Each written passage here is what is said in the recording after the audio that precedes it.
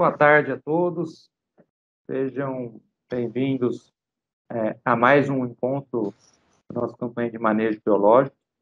Hoje o nosso papo vai ser com o professor Alexandre Seni. Nós vamos falar de controle biológico de pragas em cana-de-açúcar. Apesar da cana-de-açúcar já ser tradicional no uso de controle biológico, né, mas o professor Alexandre Seni vai nos trazer o que tem de novo em relação ao controle biológico em cana-de-açúcar para que a gente consiga aplicar isso no campo diretamente, tá? Então, professor, muito obrigado aí novamente por aceitar o convite em fazer parte desse time, tanto do nosso comitê técnico, quanto de prover o treinamento para os nossos técnicos que já foram e agora para os nossos produtores.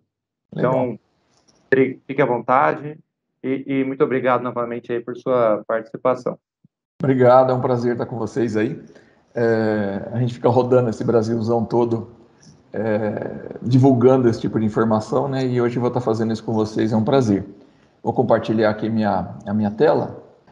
Bom, eu sou Alexandre Seni Pinto, eu sou consultor em manejo de pragas pela Ocasio, é uma empresa que eu tenho na atualidade. Eu já fui também sócio da Bug Agentes Biológicos, até a gente vender para a Coopert em 2017.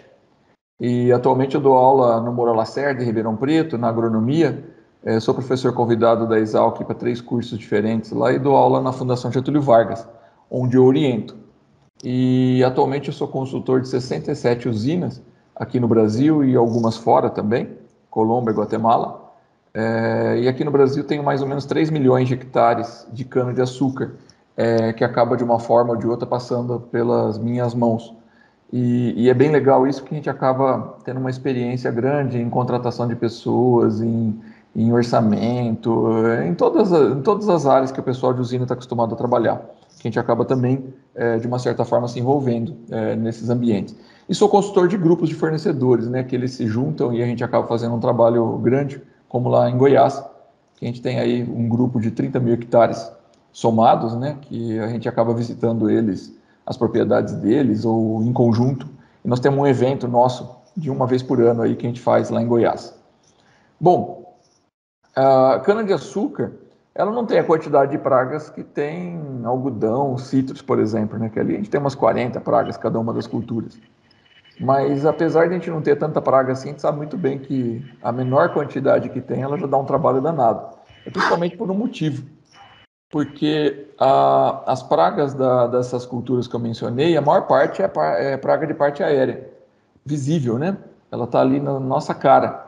E na cana, não. Na cana, a gente lida praticamente na parte aérea com broca da cana, porque a cigarrinha das folhas a gente não tem, é mais para o litoral nordestino, né?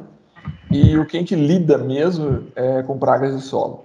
Então, essas pragas elas não estão visíveis. A cigarrinha das raízes, que era uma praga até então visível, agora ela está ficando mais invisível, porque ela tem afundado no solo e a gente ainda não sabe manejar ela. Quer dizer, nós não sabemos mais manejar ela como a gente imaginava que sabia bem. A gente tem conhecimento para ser gerado ainda para essa praga, ou ela mudou de comportamento, ou a gente nunca prestou atenção nisso. O fato é que ela está mais para fundo do que para cima, especialmente conforme vai secando ou nos veranicos.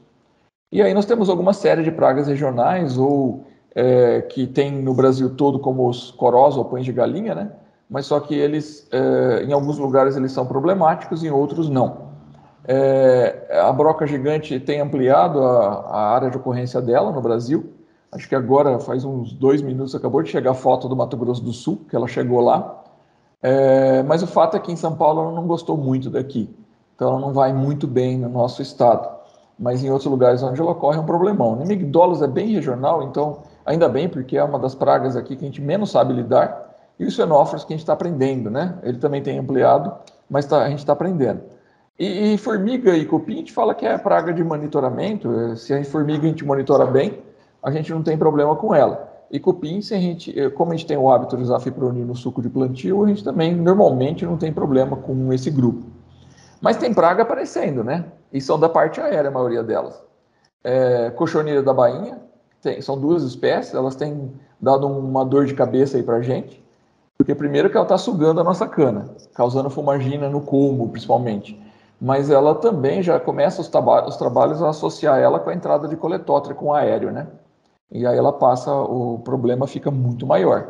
Os pulgões que têm desmanchado algumas variedades, né, como a CTC4, a 579 e a 5201, que são 3 variedades que têm sofrido muito com pulgões, apesar dele estar associado com o vírus do mosaico, mas a gente não tem ainda esse problema associado com esse pulgão no Brasil de uma forma ostensiva. Ele é bem pontual, mas quando começar a ficar mais grave, e aí nós vamos ter um problema pior do que já está sendo, né, o pulgão. E as cochonilhas de carapaça, que são 3 espécies pelo menos, elas estão ampliando a sua área. Hoje muito em Goiás, mas algumas regiões de Minas também. E logicamente, como não poderia deixar de ser, mais uma praga de solo, né? Os curculionídeos, que nem sabemos ainda os gêneros. Naupactus é um deles. O fato é que eles estão comendo raiz nossa, eles não entram no toco, mas eles comem raiz. Então, existem algumas coisas novas, né? Para a gente perder 1% na produtividade com essas principais pragas, e são as 3 que nós vamos abordar aqui hoje, que é esfenóforos, cigarrinha das raízes e broca da cana, a gente não precisa de muita coisa, né? Então, vocês veem que a gente precisa de pouca infestação para estar perdendo 1% na produtividade. É muito comum a gente ter tudo isso, e a cigarrinha a gente dimensiona muito mal o prejuízo que nós temos com ela hoje, né? Mas como o nosso assunto é manejo biológico, primeiro, para fazer um bom manejo biológico, a gente tem que compreender muito bem a biologia e o comportamento das pragas e de quem controla elas, né? O monitoramento ele precisa ser eficaz, mas ele tem que ser prático também. Não adianta ser só eficaz se ele não for prático. É ótimo a gente ter um monitoramento bem desenvolvido para esfenóforos de 16 pontos por hectare, só que ninguém vai fazer, né? Acaba ou eu virando a praga, eu e o Tatu, né, que viramos praga de tanto buraco que a gente faz, ou então ele fica caro demais. Então, assim, é ótimo, a gente sabe que a gente tem monitoramento, mas não é possível. Então, a gente tem que ter adaptações das estratégias de monitoramento, mas com respaldo técnico-científico, obviamente, né? A decisão de controle nossa tem que ser cada vez mais eficaz e pontual. A gente tem aprendendo na cana, a gente era talvez mal acostumado, porque quem trabalha com soja sabe que a decisão tem que ser de um dia para o outro, é muito rápido, e na cana nossas decisões elas são mais demoradas, porque é uma cultura residente, né, que fica ali. Mas a gente tem percebido que para algumas pragas, se a gente não for muito pontual, a gente perde a batalha, que é o caso da broca da cana. Nós temos uma janela muito estreita, mas com o monitoramento com a armadilha de feromônio, essa janela não é tão estreita assim, né? Então, hoje nós estamos aprendendo um pouco mais, apesar de a gente controlar pragas da cana-de-açúcar durante muitas décadas, né? Logicamente que a gente precisa de bom produto para controle, isso hoje a gente tem bastante empresa idônea, então, mas também tem empresa que não é, então a gente tem que saber selecionar, né? Às vezes o preço ele é um atrativo para nós, mas a gente precisa ter preço e qualidade, não adianta preço só, porque a gente sempre acaba comprando gato por lebre, então nós temos que tomar muito cuidado com isso, dentre os bons, aí sim escolher preço. E hoje a gente sabe quais são os bons, a gente sabe pela experiência própria, né? E também nós precisamos de uma ótima associação entre químicos e biológicos, aprender a fazer isso. Hoje a associação de químico e biológico é bem conhecido, de químico com químico é mal conhecido, a gente não sabe o que a gente pode misturar exatamente, mas biológico hoje a gente sabe muito mais do que químico. Nós estamos falando de manejo biológico hoje, mas é bom lembrar que o biológico está inserido aí no meio de outros manejos. O químico, onde predomina químico, o biológico, onde predomina biológico, o integrado, onde a gente usa um misto de ambos, tá? Normalmente 3 táticas. Na cana a gente está começando a terceira agora, que é a cana transgênica, né? Mas a gente usa biológico e químico já há mais tempo. O manejo orgânico, onde a gente não pode usar químico, ou pelo menos a maioria deles. E aí não é igual ao biológico, aqui a gente usa ainda químico, mas aqui não pode. E também começa a configurar 2 métodos, 2 estratégias diferentes de manejo, que é o manejo externo, onde a gente deve, para a broca da cana e esfenóforos, evoluir isso, fazer o controle só no contorno das nossas áreas e não na área total. Aí tem que ser com biológico mesmo, né? E o manejo de hábitat, onde a gente facilita a sobrevivência e a multiplicação de parasitoides e predadores no entorno da nossa área. A Lavras, a Universidade de Lavras, ela tem avançado nisso. Guatemala já é líder nisso, Estados Unidos também tem um bom conhecimento, o Brasil mais na Universidade de Lavras. Bom, hoje a gente tem um portfólio rico aí de biológicos para pragas e doenças da cana-de-açúcar. eu ouso, inclusive, falar que hoje, se a gente quisesse, a gente manejava de forma biológica, lembrando que biológica é usando ainda um pouco de químico, mas predominantemente biológicos. Se a gente quiser hoje, a gente usa mais biológico do que químico na cultura da cana-de-açúcar, com exceção do migdolos hoje, mas não o ano que vem. O ano que vem a gente vai ter opção. Com exceção do migdolos, o restante tudo nós conseguimos controlar de forma biológica, pelo menos parte do controle ser feito de forma biológica. Bom, tá bem grandão aqui pra gente, porque essa é uma praga realmente de dor de cabeça, né? Os fenóforos. E vocês estão vendo que eu coloquei os fenóforos leves e outros, porque nós temos 11 espécies de fenóforos no Brasil, mas já em cana-de-açúcar nós encontramos, além de leves, fenóforos mimelos e fenóforos rústicos. Então existem outras espécies, tá? A época de ocorrência deles é invertida, é mais na seca. Então a gente tem aí muito para conhecer. O fato é que os fenóforos leves, no nosso conhecimento, né, na nossa região, com exceção do Paraná, do Mato Grosso do Sul e exceção também para o Nordeste, que ainda não chegou lá, mas se chegar ele vai ser diferente, nós temos essa distribuição no nosso estado aqui, né? Então nós vamos ter o pico de ocorrência de larvas na seca e o pico de adultos agora. E já começou, né? Esse ano começou até o comecinho de outubro, a já querer sair dos solos adultos, né? Porque choveu mais cedo. Mas a gente tem mesmo assim o pico de adultos novinhos e fresquinhos, janeiro, fevereiro e março, tá? Então são adultos que vão colocar todos os seus ovos ainda, né? Isso é importante saber, porque uma fêmea ela coloca aí ao redor de 70 ovos na vida dela inteira. O ciclo de ovo até virar adulto são 77 dias em média, tá? Então nós estamos falando em 2 meses e meio a 3 meses, desde que colocou o ovo até virar adulto. A larva ela vive uns 2 meses dentro da cana, debaixo do solo, só 10% dela está acima do solo, mas 90% está lá embaixo. E a gente optou por controlar ela nessa fase, que é o pior cenário possível, né? É difícil, está protegido e é curto. O adulto, por outro lado, ele não está dentro da cana, ele está na superfície do solo, vive 200 dias e a fêmea coloca um ovo a cada semana, né? 1 a 2 ovos por semana. Quer dizer, então, que ela é muito mais vulnerável, muito mais suscetível a quase tudo que a gente usa. Ela está mais exposta, ela é lenta. Um adulto vai caminhar 10 metros por mês, então ele é muito lento. E a gente opta por fazer o controle do pior. É por isso que hoje todo o meu esforço aí no meu grupo de pesquisa é desenvolver estratégia para controlar adulto, porque é muito mais fácil. E alguns de vocês talvez já até usem algumas estratégias que a gente desenvolveu, controle com bovéria na fase adulta, né? E as iscas tóxicas artificiais que nós estamos fazendo também.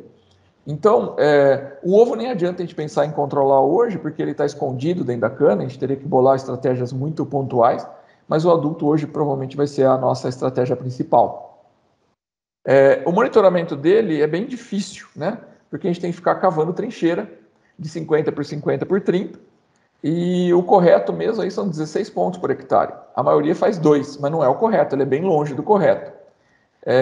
Então, hoje a gente tem uma adaptação dessa técnica, ela continua sendo de 16 pontos por hectare, se você fizer as contas aqui vai dar 16, só que nós estamos fazendo um tiro só representando cada 50.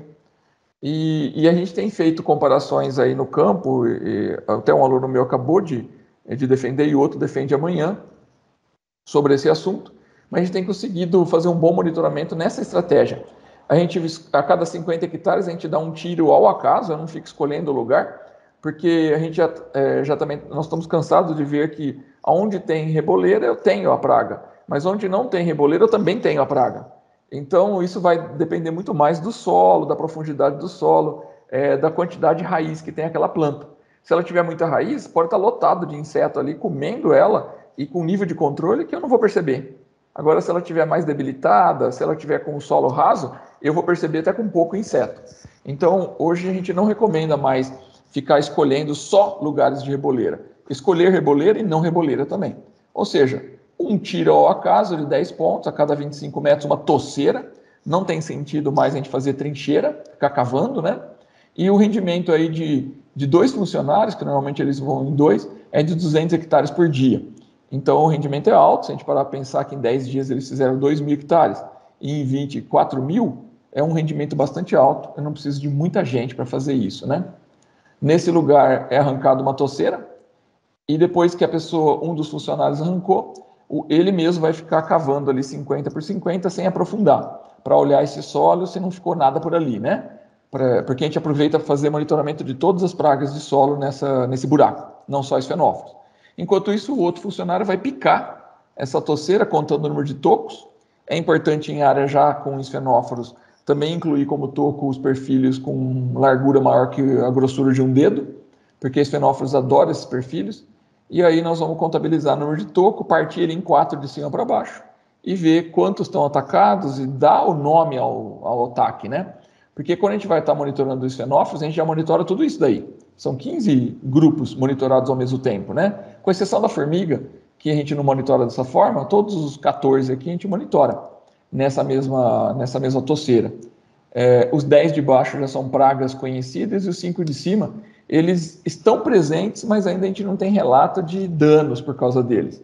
Mas certamente, pérola da terra no Nordeste, ela está virando praga, e larva arame e curcuronídeo no resto do Brasil todo também está virando praga. Bom, para esfenóforos, a gente sabe que é difícil quem faz corte de soqueiro fazer em cima da linha, mesmo porque a linha não é muito reta, né? Mas assim, quando a gente usa piloto automático, não importa se é o RTX ou RTK, a gente melhora a performance nossa de controle de fenófilos, tá? Então isso é uma boa dica para a gente poder estar fazendo o corte mais preciso. Substituir o corte por drenche é uma possibilidade, desde que eu tenha umidade próximo, né? Seja umidade artificial ou natural. Só que a gente tem que saber que hoje, pelo conhecimento que nós temos, substituir o corte pelo drenche, eu vou perder de 5 a 10% na eficácia de qualquer produto, tá? Então eu tenho que saber que isso vai acontecer hoje, a gente tem que evoluir mais nesse conhecimento. Agora, se eu resolver usar avião no lugar de drenche, aí a perda é de 20%. Então a gente consegue também, especialmente para biológico. Biológico eu não tenho que ter uma distribuição plena, né? Mas eu tenho que já saber que eu tenho uma queda na eficiência de produto quando eu estou fazendo esse tipo de aplicação.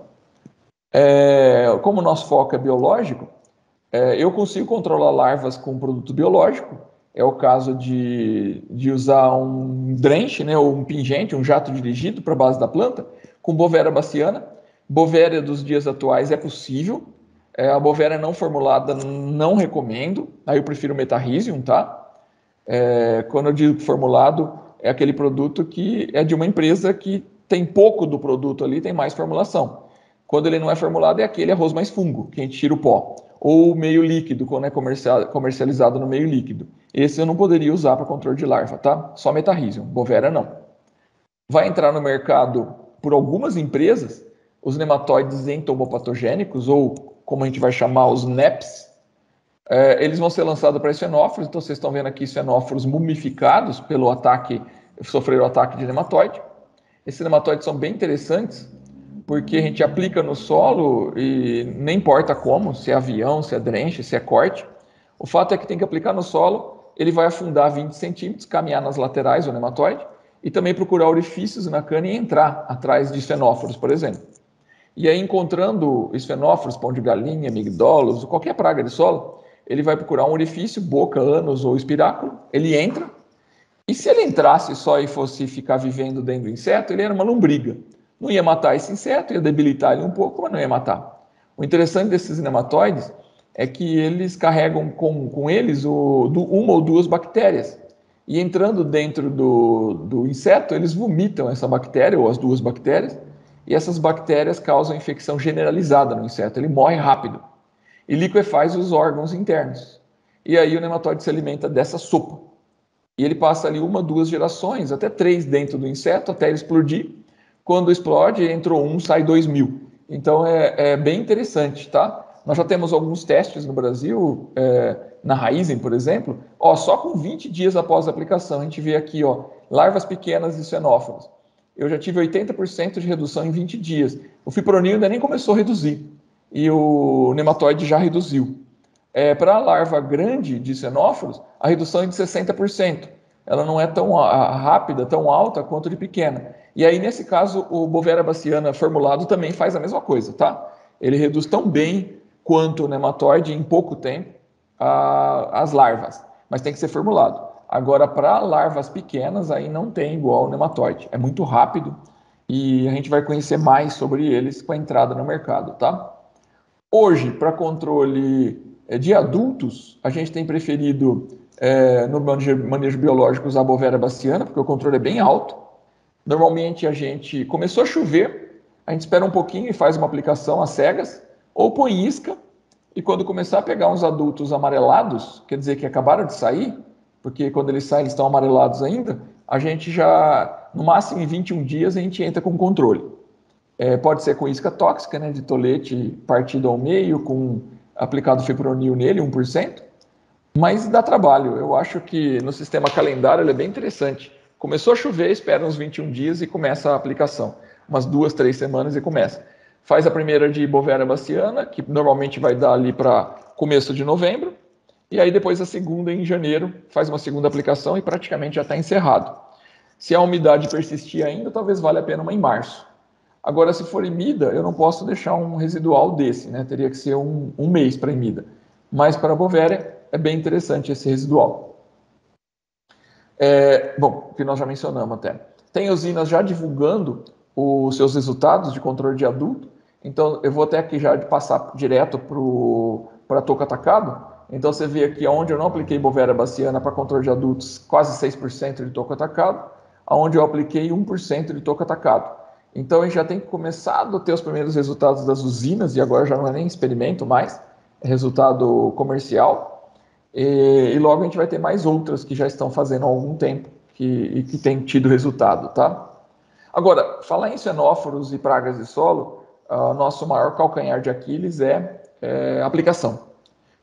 Hoje, do jeito que a gente faz, aplicando em julho, agosto, principalmente julho e agosto, produtos com uma vazão de 150 litros por hectare, eu particularmente acho que está sendo jogado dinheiro fora. Quando vocês fazem um corte com um disco e aquele corte reto, e você vai olhar até onde o produto aplicou, por mais que o corte foi lá 15, 20 centímetros, o produto está a 2, 3 centímetros na superfície do solo. Porque a hora que ele encostou no solo, o solo já absorve ele e não desce. Então, a não ser que a gente use um disco de grade soldado no disco nosso de corte, mas um disco menor, para que a hora que afunda o nosso disco de corte, o outro disco que está ali, ele abra a boca do buraco, especialmente em solo argiloso, aí sim, eu abri a boca em cima e o produto é aplicado lá embaixo. Aí eu acredito, usar 120 litros na seca.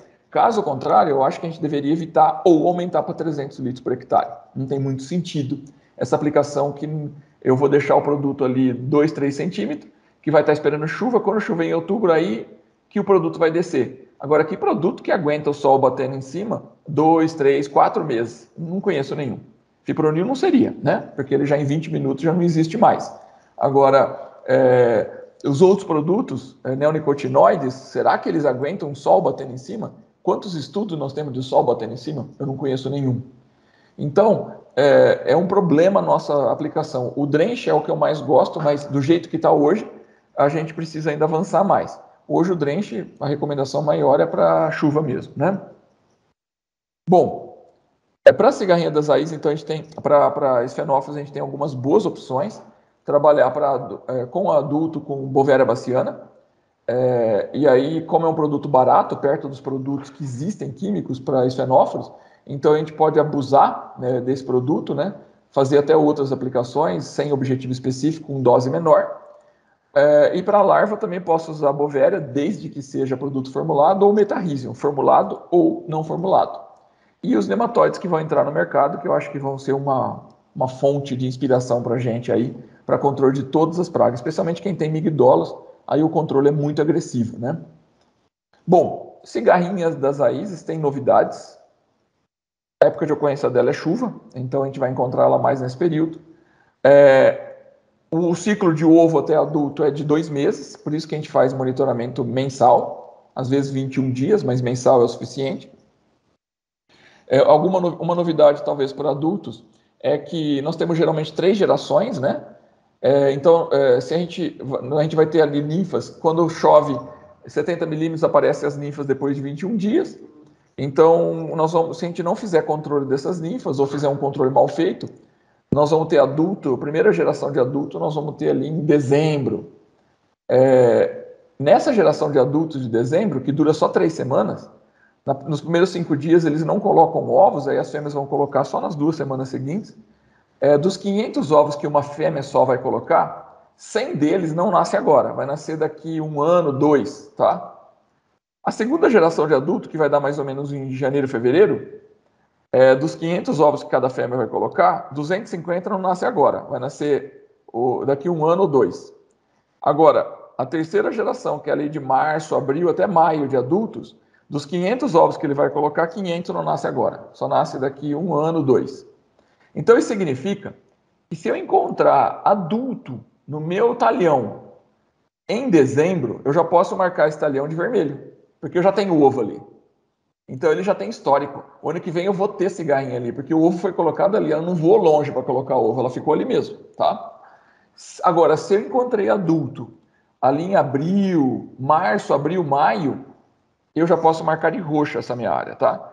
Que não é que eu vou ter infestação ali, eu vou ter infestação alta, já vai começar com mais de 5 ninfas por metro, o que aí complica para o uso de maioria dos produtos. Então, quando que eu começo a monitorar a cigarrinha, as ninfas? Quando acumular 70 milímetros de chuva em 1 semana, 10 dias, depois de 3 semanas eu começo, que é quando eu vou ter ninfas. E aí eu posso começar fazendo de 21 em 21 dias, até janeiro. Em janeiro eu posso fazer mensal, não tem necessidade de janeiro para frente de fazer de 21 em 21. A não ser que eu tenha equipe sobrando para isso, né? Hoje a gente tem preferido contar espuma, porque uma espuma é igual a 2 ninfas. É lógico que eu tenho que calibrar uma espuma, né, na minha mente.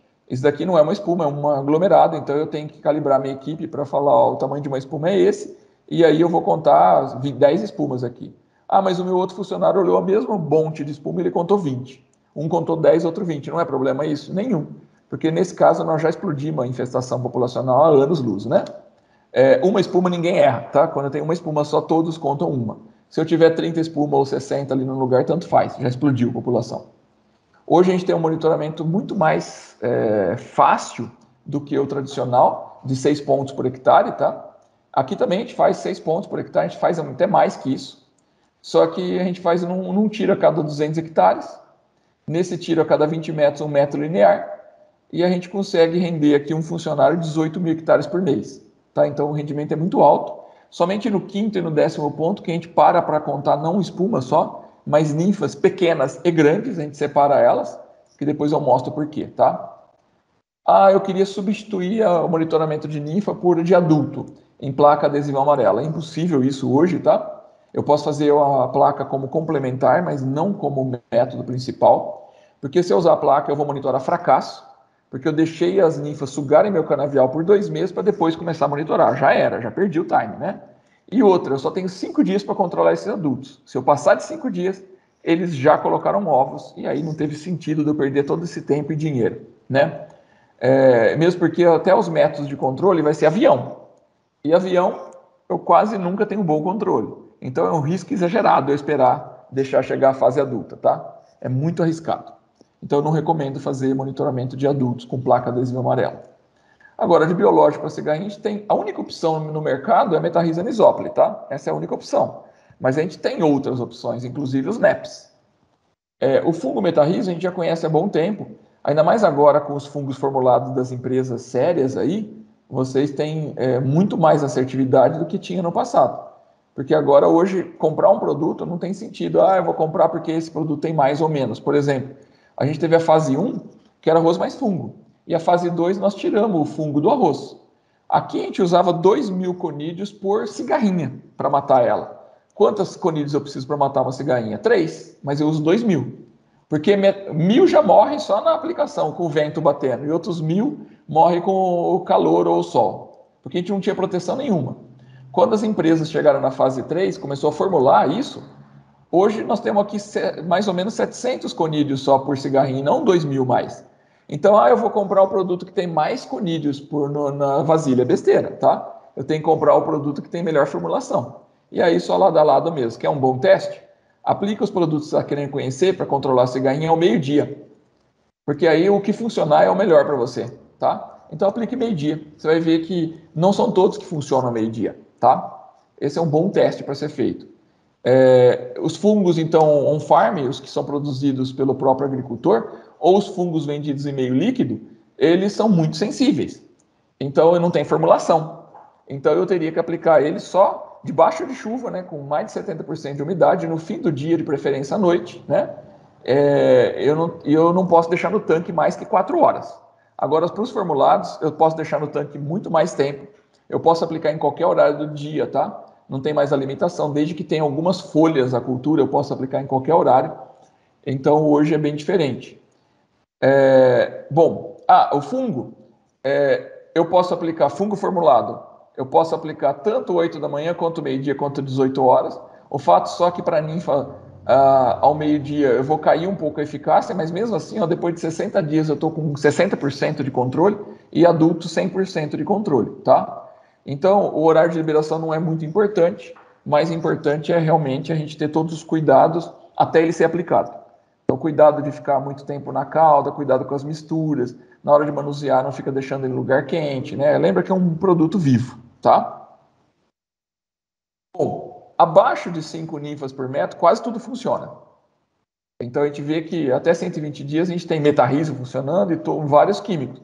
O problema é acima de 5 ninfas, tá? Que aí a gente tem problema mesmo. Hoje vocês têm um auxiliar aí também de biológico, óleo de nim. Vocês veem, ó, para infestação baixa ele funciona bem, pelo menos para baixa. Você vai ver que até 123 dias depois de aplicação nós estamos tendo mais de 80% de controle com óleo de nim. O metarrhizium também, tá? Mas ele também está aqui. Então é uma boa opção para a gente.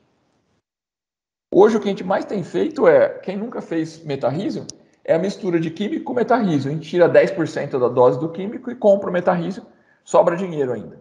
E põe lá no tanque, põe dose cheia de metarrhizium, 10% a menos do inseticida, qualquer inseticida que for. Não vai dar problema de resistência? Não vai, porque você tem um metarrhizium ali que ele não discrimina resistente e não resistente. Mas essa dose 10% menos não vai funcionar? Você tem 2 produtos. Não esqueça que você acabou de criar uma aplicação de 2 produtos, tá? Então é o que a gente mais tem feito hoje. E aí lembra que eu falei de monitorar ninfa pequena e grande no ponto 5 e no ponto 10? Ele é para ajudar a gente a tomar decisão, porque a cigarrinha vem tudo de uma vez. E aí eu não sei qual área eu aplico primeiro. Então, nas áreas onde eu tenho mais de 50% de ninfas pequenas, eu posso esperar de 15 a 21 dias para entrar com controle nelas, tá? Nas áreas onde tem mais de 50% de ninfas grandes, aí não. Essa tem que priorizar, tem que entrar agora, no máximo até 10 dias. Então, por isso que aquele monitoramento de ninfa pequena e grande em alguns pontos, ele ajuda a gente a priorizar áreas, tá? Bom, aí, com menos de 5 ninfas por metro eu posso usar qualquer produto. Com mais de 5 ninfas por metro aí já não é tudo que funciona. Então eu tenho que usar um ou outro produto, tá? E agora canavial fechado, que tem mais de 5 ninfas e que eu quero evitar histórico, então eu vou ter que fazer aéreo, aí eu só tenho uma opção mesmo, tá? Metarrhizium aéreo. Porque aí esse não precisa ter uma boa distribuição. Desde que ele tenha... O avião, normalmente ele joga para baixo, né? Ou faz aqueles drones que impulsionam o fungo para baixo. Tem uns drones grandes agora, que ele joga uma rajada de vento para baixo, aí é interessante também. Mas aí, no caso, só salva para a gente metarrhizium mesmo. Então, assim, para aplicar, priorizar o que está aqui em cima e despriorizar o que está embaixo. Então, o que é melhor? Aplicação terrestre com jato digita a base da planta, bico-leque. Esse é o melhor. Mas se eu não tivesse a opção, a segunda opção seria essa e assim por diante, tá? A última opção nossa é a aplicação aérea com pé de pato, que aí seria granulado, né? Arroz mais fungo. Essa é a nossa última opção. E chegando na última consideração, a broca da cana, né? Ou broca comum. Lembra que a gente tem 2 espécies no Brasil, Diatreia saccharalis e Impersonatella. A Flavipenella não existe mais, ela virou Impersonatella. É o ano inteiro, né? Vamos falar bem a verdade. A gente só não tem revoada de adulto mesmo quando está super seco em agosto. Mas se chover em agosto, ainda você tem. Então, broca da cana a gente tem o ano inteiro, não tem esse negócio de os ovos secam na seca, isso não existe, tá? A broca não é burrinha, ela é mais esperta que a gente. Veja que ela está há milhões de anos aí e a gente está muito menos tempo que ela. Na seca, você acha que ela vai colocar o ovo lá onde está torrando o ovo, né? Ela desce, coloca lá embaixo e vai colocar, lógico, perto do solo, onde tem mais umidade. E para que ela vai colocar 10 ovos se vai morrer tudo? Ela coloca um ovo só. Por isso que a gente não enxerga, tá? Então a gente falava, não existe ovo na seca. É claro que existe. Sabe por que a gente sabe que existe? Porque a gente encontra broquinha fora. Ué, essa broquinha fora, ela surgiu por mágica? Não, ela veio de um ovo e recente. É um ovo que acabou de ter sido colocado. Então, se eu encontro broquinha fora na seca, ela veio de um ovo, aquela broquinha não ficou andando ali 3 meses, tá? Então, o fato é que o ovo está sendo colocado em lugar que eu não enxergava antes, tá? Basta fazer o exercício e procure embaixo que você vai encontrar. O ciclo é de 45 dias. A nossa janela de controle é basicamente aqui, né? Os 15 dias depois de surgir adultos. Então, eu tenho aqui o período de ovo e lagartinha fora. Depois que ela entrou, basicamente sobra cotésia. E aí já tem, inclusive, dano, né? Porque ela já entrou. Hoje a gente tem substituído quase todos os nossos métodos, menos o de infestação final, obviamente, né? Por armadilha de feromônio. Eu, particularmente, é a que eu mais gosto, também eu seria suspeito, porque foi meu grupo que criou essa estratégia. Mas hoje a gente usa uma armadilha a cada 50 hectares. Poderia usar uma para 20, mas a gente usa uma para cada 50. Não deve trabalhar com blocos de manejo menores do que 500 hectares, mesmo que tenha que ficar pegando um monte de área pequenininha e juntando. Ah, mas eu sou um fornecedor e eu só tenho 10 hectares. Mas você tem um vizinho. Junta a turma aí toda, e aí vocês juntam aí pelo menos uns 300 hectares e instalam uma armadilha eletrônica no centro, na propriedade que está no centro desses 300 hectares. Muito mais fácil. Essa armadilha eletrônica vai ficar ligada no celular de todos os que estão participando desse projeto, e ela fica mandando imagem e contagem de adultos de 8 em 8 horas para o seu celular.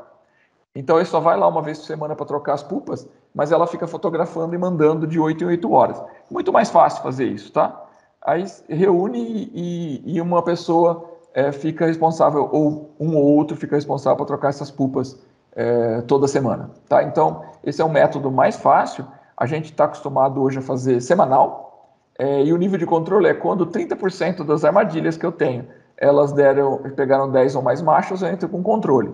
No caso de pôr uma armadilha eletrônica, quando ela pegou 10 ou mais machos, eu entro com controle, tá? O início de monitoramento hoje normalmente é 60 a 70 dias depois do corte ou plantio, tá? E só que no período de seca, quando você está cortando, colhendo cana abril, maio e junho, o início de monitoramento só vai ser lá para setembro, final de setembro. Então a gente fica com uma janela sem monitorar aqui, porque a caninha pequenininha, o único problema que eu vou ter com ela é coração morto. Se ela tem perfilhamento bom, eu não tenho por que de preocupar com o coração morto, que ela vai se recuperar. Agora, se elas forem das variedades CTC 9001, por exemplo, aí talvez valesse a pena começar a monitorar com 30 dias depois do corte ao plantio, independente se é seca, se é chuva, porque essa variedade, por exemplo, ela sofre com coração morto, e aí o meu stand cai, né? A 9002 só sofre na cana planta, na cana soca ela já não tem um perfilhamento melhor. Então tá aqui as tabelas, essas tabelas ajudam a gente a tomar decisão. Ah, mas se deu o controle com uma caninha pequenininha, eu vou usar o quê? Altacor, Revolux, produtos de alto residual, que são mais caros? Não, aí não tem necessidade, né? Qualquer fisiológico que a gente usar, tá perfeito. Aí é um bom momento para a gente usar mesmo, né? As armadilhas, elas são colocadas, distribuídas, a maior parte no canavial, no redor da área, né? E algumas armadilhas no meio, no período de chuva. Mas no período de seca, não tem necessidade de colocar no meio do canavial. Coloca 100% ao redor do canavial em árvores e arbustos. Nem na cana coloca, tá? Porque a armadilha não precisa do cheiro da cana para atrair broca, ela precisa do cheiro da fêmea. E a fêmea vocês têm. Então vocês colocam essas armadilhas em árvores e arbustos, que você tem sombra e umidade nesses locais. Assim vocês não ficam perdendo pupas, né? E juntar o máximo possível de áreas, mesmo que estão separadas por mata, longe uma da outra, junta tudo as rebarbas de área num bloco de 300 a 500 hectares, para vocês poderem tomar a decisão em cima de várias armadilhas de papel ou uma armadilha eletrônica central aqui, tá? No meio de tudo isso. Bom, regra de ouro, religiosa, para quem usa armadilha. Se eu instalei a armadilha segunda, e na próxima segunda eu avaliei, e 30% das armadilhas pegaram 10 ou mais machos, hoje é meu dia zero. Eu tenho de 0 a 15 dias para entrar com esses produtos aqui. Eu não posso entrar no 16º dia, tá? Então deixa planejado para controlar no 8º. Porque se falhar o 8º, tem o 9º, o 10º. Então, agora, para broca, a regra é time, tá? 16º dia, melhor nem gastar dinheiro com produtos. Planeja uma cotésia, nesse caso, já que perdeu o time, ou começa a monitorar de novo e amarga 2 semanas de prejuízo. Se for usar a Vespinha Tricograma Galloy, a nossa janela é 5 a 10 dias. Não posso usar no 11º dia, não tem mais ovo. Agora, todos esses produtos aqui, biológicos e químicos, eu poderia usar de 0 a 15 dias, mas a janela perfeita deles é de 5 a 10, quando eu tenho ovo. Porque todos eles, além de larvicidas, são ovicidas também. O fungo Bovéria, baciana e Isária, que mudou o nome agora para Cordyceps, eles também são. Cotésia é de 19 a 24 dias depois que a armadilha falou controla, você entra com controle. E se for no inverno, 26 a 34. Eu tenho uma rebarbinha de tempo aqui de 25 a 27 dias, mas evitar, porque já não é a melhor situação, tá? E hoje, como as pesquisas avançaram, eu mesmo estou com um monte de ensaio de residual de produto, a gente está vendo, nós mudamos os residuais. Então, esses produtos químicos aqui, 60 dias, que provavelmente vai chegar a 70 fácil, nós estamos ainda fazendo pesquisa.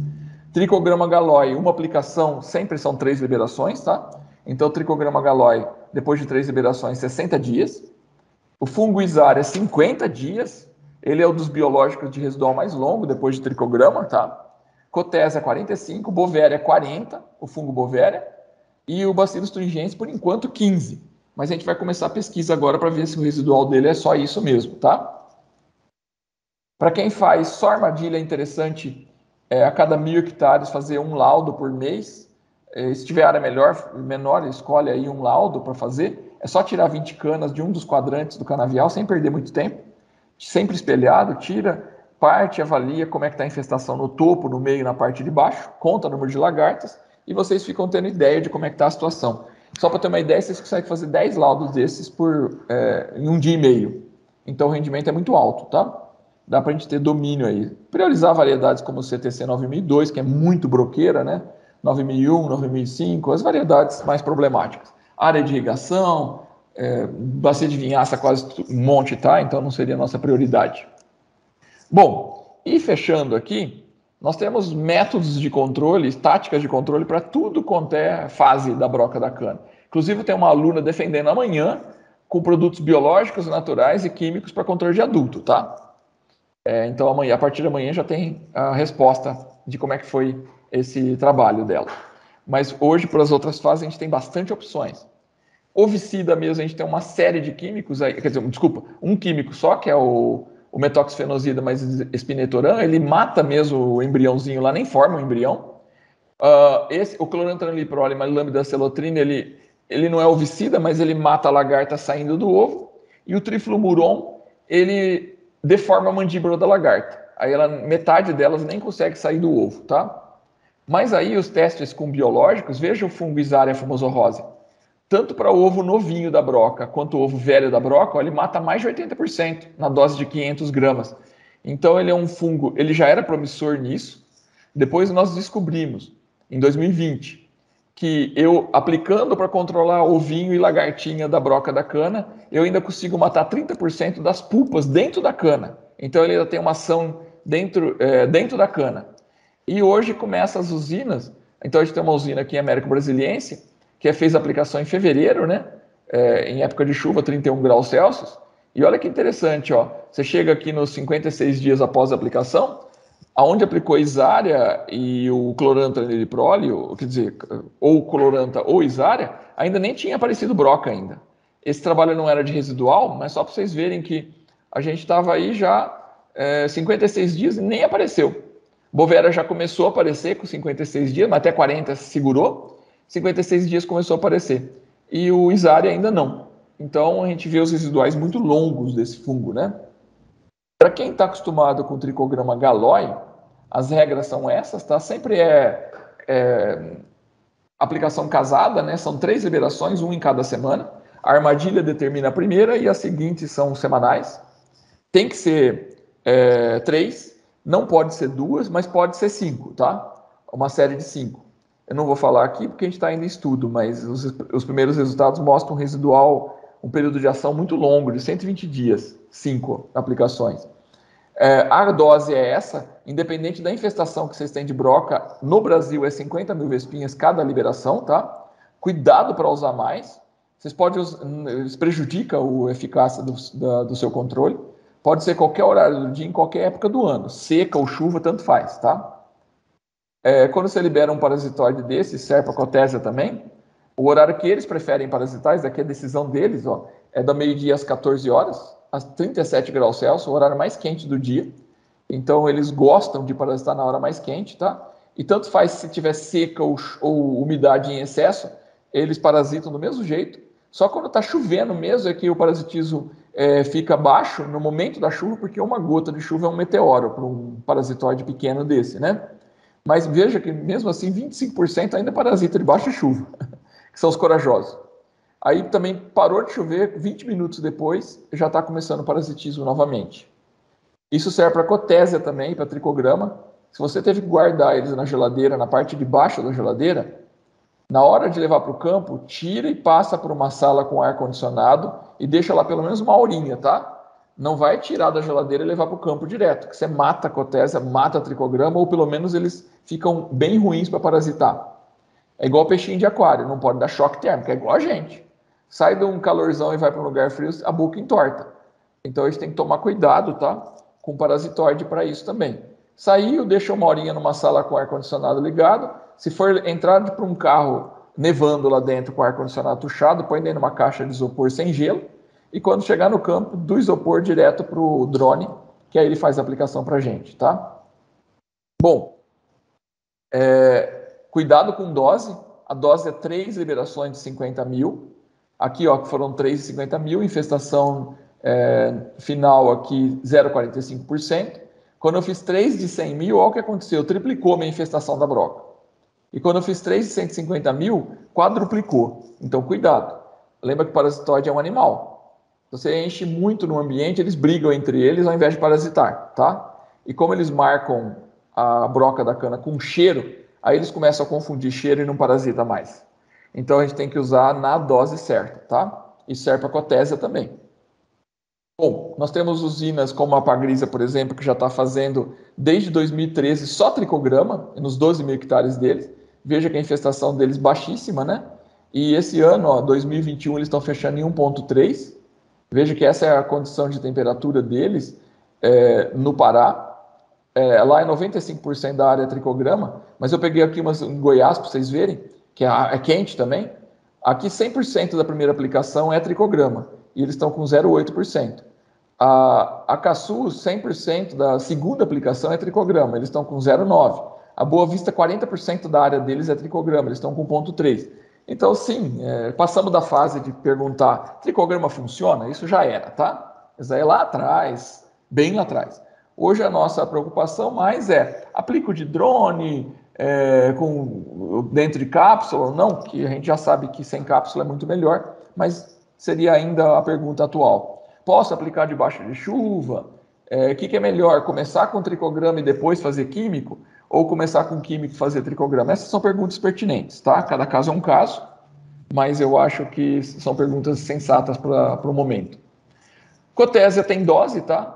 Varia de 6 mil a 18 mil vespinhos por hectare, depende da infestação que eu tiver. Hoje a maioria de nós usa 6 mil vespinhas, mas ela pode ser liberada em qualquer horário do dia, de preferência na seca, que ela tem melhor performance, tá? Bom, como eu mostrei para tricograma, o horário de maior parasitismo é ao meio-dia, ela prefere fazer esse parasitismo, tá?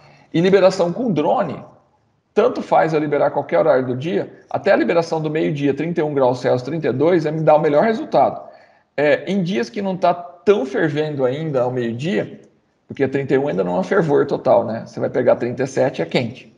Aí eu tenho muito orvalho de manhã, então cuidado com a liberação muito cedo, porque aí aquele tubete bate na cana, encharca, morre um monte de cotésia e acontece isso, o parasitismo cai, tá?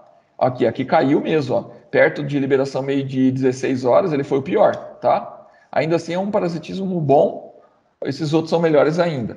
Então, posso liberar em qualquer horário do dia, meio-dia em especial, à vontade, tá? Só devo evitar muito cedinho por causa de orvalho, quando é dias de orvalho. Quando é período que está com muito calor, nem orvalho tem. Bom, vocês estão acostumados muitos fazem manual, né? 8 copinhos de 15 massas ou 4 de 30 massas. Eu prefiro esse, que distribui melhor. Eu prefiro o drone, na verdade, né? E quando a infestação está 5 mil brocas, acima de 10 mil brocas por hectare, a gente já começa a pensar em 16 copinhos, né, por hectare. Na verdade, a gente usa o mesmo caminhamento, só que duplica os copinhos. Hoje a gente tem feito drone de tubete, que é o que predomina. Esse drone de tubete a gente lança já com o adulto, ele aberto e o adulto já voando, tá? Ele é mais caro que o manual de vocês, por causa do tubete, que rende pouco e é caro. Mas em 2017 a gente conseguiu achar um repelente para formiga e passamos a tratar massinha com repelente. Veja que até 48 horas depois que eu usei essa massinha no solo, eu não tive nem 10% de predação, e onde eu não tratei ela 100%, chovendo 30 milímetros em cima dela, ó, de chuva em cima, ainda assim menos de 10% de predação. E aí em 2019 foi lançado o drone de massinha. Esse sai mais barato que a sua aplicação manual, tá? Porque ele faz 300 hectares num voo. Então ele rende bastante. Ainda não está no mercado, mas já tem empresas que já estão fabricando ele. Então logo ele deve estar no mercado. A pandemia atrasou muito o lançamento disso daqui, tá bom? Bom, fechando, tem muito fornecedor, principalmente fornecedor, porque hoje fornecedor tem saído na frente da ciência até, com as suas pesquisas, não pesquisa, mas as suas observações. E aí depois a ciência vem atrás deles. E já tem muito fornecedor, principalmente, que está fazendo exatamente isso. Eles vão aplicar um fisiológico, vai aplicar um micronutriente, eles já põem um pouco de fungo Bovéria baciano ou metarrísio, não a dose cheia, a dosinha baixa mesmo, só para fazer umas aplicações assim, em todo voo, em todo trator que eles entram, eles estão aplicando um pouquinho desses fungos. Está sendo uma estratégia bem interessante. Estão fazendo o mesmo que a Azospirillum, né? Que ele também fica deixando a planta verde. E a gente já está começando a trocar nitrogênio químico por Azospirillum. Só para ter uma ideia, eu já recomendo hoje tirar 25% do nitrogênio químico e pôr 3 doses de Azospirillum. Os 25% vocês iriam gastar aí, vamos supor que 25% seja 20 quilos, 20 vezes 5, 100 reais vocês iam gastar de ureia, né? 100 reais com esses 25 quilos que você tirou. O Azospirillum, para dar os 25 quilos, que ele vai dar mais que isso, ele vai dar 40, vocês vão gastar 18 reais. Então hoje está muito mais interessante. Pensem nessa possibilidade de conhecer sobre substituição de químico por biológico para fertilizante, tá? Não é o nosso assunto hoje, mas é uma coisa bem interessante. Os convido para conhecer esse livro que nós acabamos de lançar, Controle Biológico na Agricultura Brasileira, tá? Ele já está à venda em alguns locais. E meus contatos para vocês. Obrigado, viu, pela atenção. Vou ficar aqui para as perguntas agora. Obrigado, professor, pela excelente aula, né? Super didático e direto ao ponto. Acho que é exatamente essa expectativa que os produtores tinham, né? Que é a famosa receita de bolo. Me fala aí o que eu tenho que fazer, né? Foi perfeito. Pessoal, nós vamos abrir aqui para perguntas agora. Enquanto a turma vai perdendo um pouquinho a vergonha aí de fazer perguntas, eu vou fazendo a primeira.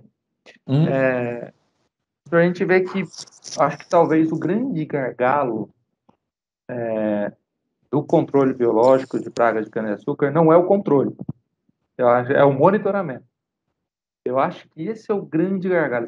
Você mostrou aí uma série de produtos para controle e, obviamente, como todo controle biológico, a gente não pode esquecer que a gente está falando de ser vivo e tem todo um cuidado. Mas existem soluções. Agora eu vejo que o grande entrave está no monitoramento. Existe alguma solução prática e que já está em pesquisa para a gente automatizar esse monitoramento, para fazer o levantamento de infestação de pragas e saber o ponto ideal de controle ou não? Assim, para a broca, sim, né? Agora vai entrar no mercado as armadilhas eletrônicas, que é o que a gente está ansioso aí. Eu já estou trabalhando com elas. Nós estamos vendo que 5 quilômetros ela está pegando broca, porque eu estou trabalhando com broca tingida, né, de vermelho. A gente tem técnica para tingir ela e 5 quilômetros ainda eu estou pegando na armadilha eletrônica. Então as armadilhas eletrônicas elas vão ser uma boa para broca, mas é só broca, né? O restante, que é praticamente praga de solo que sobra, tem pesquisa em andamento para imagem drone ou satélite. Com exceção do pulgão, que ele é mais rápido e que também não seria solo, todos os outros a gente vê uma boa perspectiva de, com imagem aérea, a gente poder monitorar pragas de solo e não mais ficar fazendo nem toceira mais, porque a trincheira já era um problema. Hoje a gente faz toceira, mas ainda eu preciso estar lá, né? mas as imagens aéreas estão avançando, tá? A gente já consegue hoje identificar quando é amigdala e quando é nematóide. Já se consegue separar os dois. Então, tem muitas empresas trabalhando com imagem aérea. Eu acredito que a gente vai ter boas novidades aí nos próximos 4 anos, 3 anos. Ah, ótimo. A própria armadilha, essa armadilha eletrônica, ela é fantástica, né? Porque antes você tinha que colocar a armadilha, daí 7 dias você tem que trocar a armadilha, depois você faz a contagem, e aí dependendo do número de pontos que você tem que fazer a armadilha por hectare, que nem você mostrou, Sim. muitos produtores já desistem aí, falam, poxa, dá um trabalho ficar monitorando isso, trocando de armadilha toda semana e tal. Eu acho que à medida em que nós tivermos soluções como essa armadilha eletrônica, como as análises por imagem, tenho certeza absoluta que o controle biológico vai se intensificar ainda mais em cana-de-açúcar. Mas é verdade, também acho. Então, muito bom saber aí que num futuro próximo nós temos, quem sabe, imagens de satélite ajudando a monitorar pragas de solo, né? Eu estou bem confiante nessa possibilidade. Maravilha. Pessoal, alguém tem alguma pergunta? Ô, Serginho, pode falar. Tudo Serginho, não, bem? Ó, tudo bem? eu tô no carro. Boa tarde a todos. Boa tarde Boa aí, tarde. Alexandre. Boa tarde a todos. Uma pergunta. Lá em Minas, a gente tem uma área lá e a gente tem cortado soqueira pro controle de cigarrinha, né? Próximo às chuvas. Uhum. E aí, hoje se usa, não se tem fenófilos ou não procurou direito, né? Não sei dizer agora ao certo. Mas, enfim, a gente tem cortado próximo às chuvas e feito mais uma aplicação aí para fechar aí o controle, né? Uhum. Tem um produtor que ele tem adicionado no corte metarrhizium para aumentar a carga de fungo ali no solo, para depois ele, claro, ele entra com mais uma e também faz o metarrhizium. Sim. Esse metarrhizium, vamos dizer assim, essa operação tem uma eficiência boa ou não? Eu fico em dúvida porque esse ano eu comecei a fazer também. Certo. Até eu já fiz, né? Então acho que a dúvida seria essa. Não, claro, provavelmente fazendo o corte antecipado desse jeito, ele ser em geopleno. E sendo em geopleno, ele é compatível com o metarrhizium. Sempre a pergunta importante é compatível? Hoje vocês têm aplicativo que mostra essas compatibilidades, então vocês puxam ele gratuitamente aí na internet. Sendo compatível, não tem problema. Também vocês estão fazendo uma fase ainda provavelmente muito pequena a cana, então aí tem que ser enterrado mesmo, tá? E tem que ser fungo formulado, porque se ele for fungo não formulado, on-farm ou esses que vende meio líquido, ou que é arroz mais fungo e que tirou o fungo só para aplicar, aí já você não vai ter ele muito vivo, tá? Ele sendo formulado, você consegue manter ele, depois ele vai manter por conta dele mesmo. Em solos de cana-de-açúcar, normalmente a gente aumenta em 10 vezes em um ano, sabe? A quantidade de fungo que você pôs no solo. Então, você aplicou uma quantidade X, ele aumenta em 10 vezes. Mas em solo que você tem pasto, junto com cana, junto com floresta, esse você não consegue, ele mantém a mesma quantidade, ele não aumenta. Então, até o solo da cana favorece isso. Então, sim, é uma boa prática. Você já de cara aí já vai o pão de galinha já vai embora para o pacote, né? Você já acabou criando uma alternativa para ele. E a cigarrinha? Provavelmente você não vai ter ação do metarrhizium naquele momento, mas você já tem a ação do produto naquele momento. Você quer que o fungo vá agir lá para frente, e aí ele vai fazer esse papel. Joia. Obrigado, Alexandre. Tá? Minha recomendação tira uns 10% do produto químico, e aí você consegue pagar o fungo. Então aí fica bem econômico para você, sabe?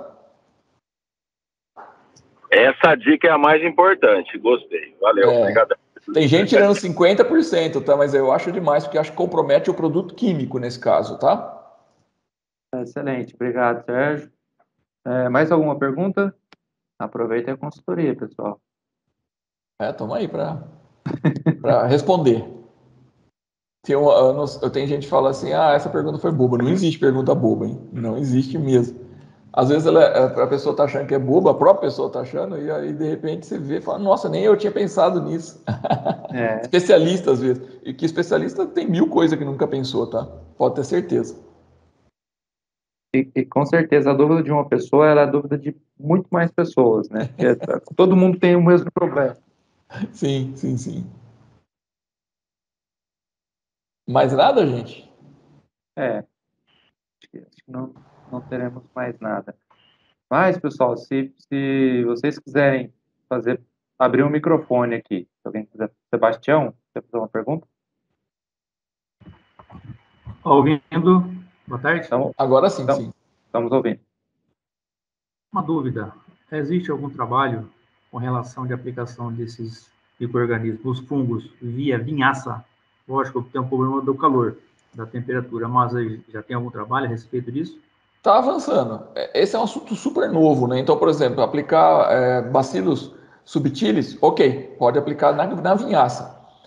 Mas sempre a regra vai ser, você vai ter que misturar na vinhaça no momento que ela está baixando de 50 graus, tá? Então você não pode vir da fonte com o biológico. Aí mesmo que ele seja compatível por questão de pH, ele não vai ser por questão de temperatura. Então ele tem que estar abaixo de 50 graus Celsius para poder entrar no sistema.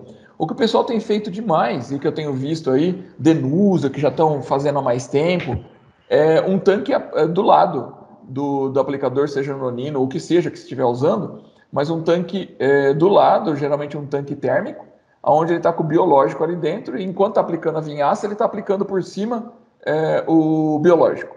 Aí você pode fazer sem restrição, tá? Isso, nesse caso, você pode fazer qualquer biológico. Agora, para aplicar no mesmo tanque, bacilos é possível, azospirilo não é possível, tricoderma não é possível, então a gente está começando a conhecer. Tá, obrigado. Eu vou te fazer um contato, PV, depois. Joia. Obrigado. Oh, imagina. Bom, caso alguém tenha mais perguntas, né, podem fazer depois para mim, para o Eduardo, a gente passa para o professor Alexandre, tá? Então, fiquem à vontade. Se ficarem com dúvida também, no site do projeto, a palestra ela estará gravada. Então, poxa, fiquei com dúvida qual que era a métrica, certinho. Pode voltar, entra no site, revisita a apresentação, que ela estará lá gravada por 1 ano. Ok? Bom, Joia. então, não tendo mais perguntas, agradeço novamente aí, professor Alexandre. Muito obrigado pela excelente palestra. Espero que tenha sido útil e obrigado pela confiança. Sem dúvida nenhuma, foi extremamente útil para todos nós aqui. E obrigado a todos que também participaram de mais esse encontro. Ainda até o final do ano nós teremos mais 2 encontros. E aí nós finalizamos, mas, de novo, todas as palestras ficarão gravadas lá no site, www.manejobiológico.com.br. Ok? Então, muito obrigado a todos. Tenham todos um ótimo final de tarde. Tchau para vocês. Tchau, tchau. Obrigado. Tchau, tchau.